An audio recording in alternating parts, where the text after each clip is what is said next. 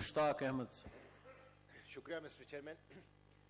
یہ دستور پاکستان ہے جس کے مطابق ہم نے حلف بھی لیا ہے اور جس کے مطابق ہم نے یہ عہد کیا ہے کہ پاکستان کی نظریہ پاکستان کی حفاظت کریں گے. اس دستور کے مطابق پاکستان کی ترقی کے لیے اخلاص کے ساتھ جدوجہد کریں گے اور یہاں ہاؤس میں اپنی صلاحیتوں کے مطابق کارروائی میں حصہ لیں گے.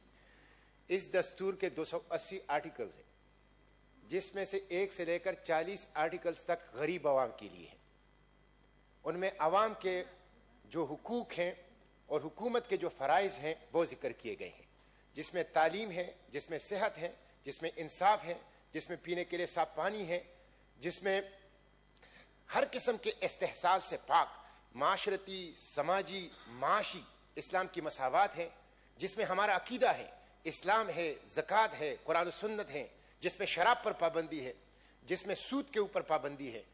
یہ جو 1 سے لے کر 40 تک اس میں آرٹیکلز ہیں، ان آرٹیکلز پر عمل نہیں ہو رہا.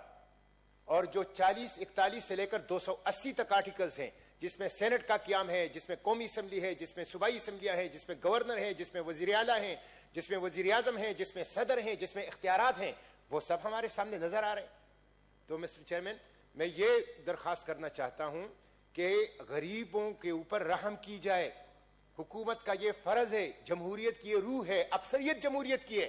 45% لوگ پاورٹی لائن سے نیچے زندگی گزار رہے ہیں. گدھے اور انسان ایک جوہر سے پانی پی رہے ہیں. ہم کس دنیا کے اندر رہ رہے ہیں؟ ہمارے لوگ کس تکلیف کے ساتھ اس معاشرے میں کہ جہاں پہ مریخ کے اوپر انسانی بستیاں بسانے کی بات ہو رہی ہے، آپ دیکھ لیں کہ تعلیم نہیں ہے لوگوں کے پاس. یہ جو پیٹرولیم مصنوعات کی قیمتوں میں اضافے کا مسئلہ ہے، اس کے 3 پہلو ہیں. پہلا پہلو تو یہ ہے کہ دیکھا جائے کہ ابھی تک کتنی دفعہ اوگرا نے قیمتیں کم کی ہیں اور کتنی دفعہ زیادہ کی ہیں. صورتحال یہ ہے کہ جب عالمی مارکیٹ میں قیمتیں کم ہوتی ہیں تو وہ حکومت کے لیے ہوتا ہے، اور جب عالمی مارکیٹ میں قیمتیں بڑھتی ہیں تو بیچارے عوام کے لیے. میٹھا میٹھا ہپ ہپ، کڑوا کڑوا تو یہ ظلم کا نظام ہے، یہ اشرافیہ کا نظام ہے، اور ظلم اور اشرافیہ کا یہ نظام، اس کے ساتھ ملک نہیں چل سکتا. وائنڈ اپ کریں. دوسرا پہلو یہ ہے 300 اشیاء جس کو غریب عوام استعمال کر سکتے ہیں، اس کی قیمتیں کنیکٹڈ ہیں پیٹرولیم مصنوعات کی قیمتوں کے ساتھ.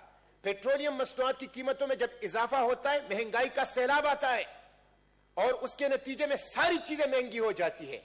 یہ جو بم گرائے جاتے ہیں، یہ جو خودکش حملے کیے جاتے ہیں مہنگائی کے، یہ معاشی دہشت گردی ہے. جب تک ہم معاشی دہشت گردی کو ختم نہیں کریں گے، عسکری دہشت گردی اور انتہا پسندانہ سوچ ختم نہیں ہو سکتی. تیسرا اور آخری بات میں یہ کروں گا کہ مجھے یہ بتایا جائے کہ ہماری ڈومیسٹک پروڈکشن کتنی ہے.